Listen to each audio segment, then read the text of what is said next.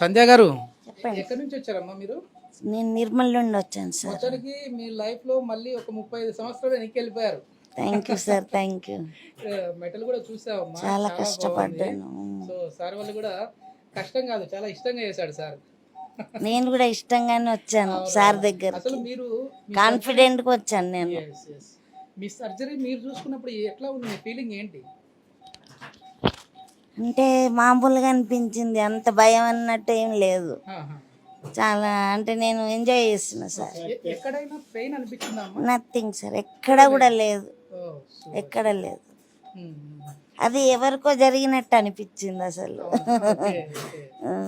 అది మామూలుగా మీరు ఇంతకు ముందు ఎట్లా ఉండేవాళ్ళమ్మా? అంటే కింద కూర్చోవడం కావచ్చు, నడవడం కావచ్చు. అసలు నేను ఇప్పుడు నియర్ అబౌట్ 5 years నుండి కింద కూర్చోవట్లేదు, ఓ, మెట్లు ఎక్కట్లేదు. ఓకే.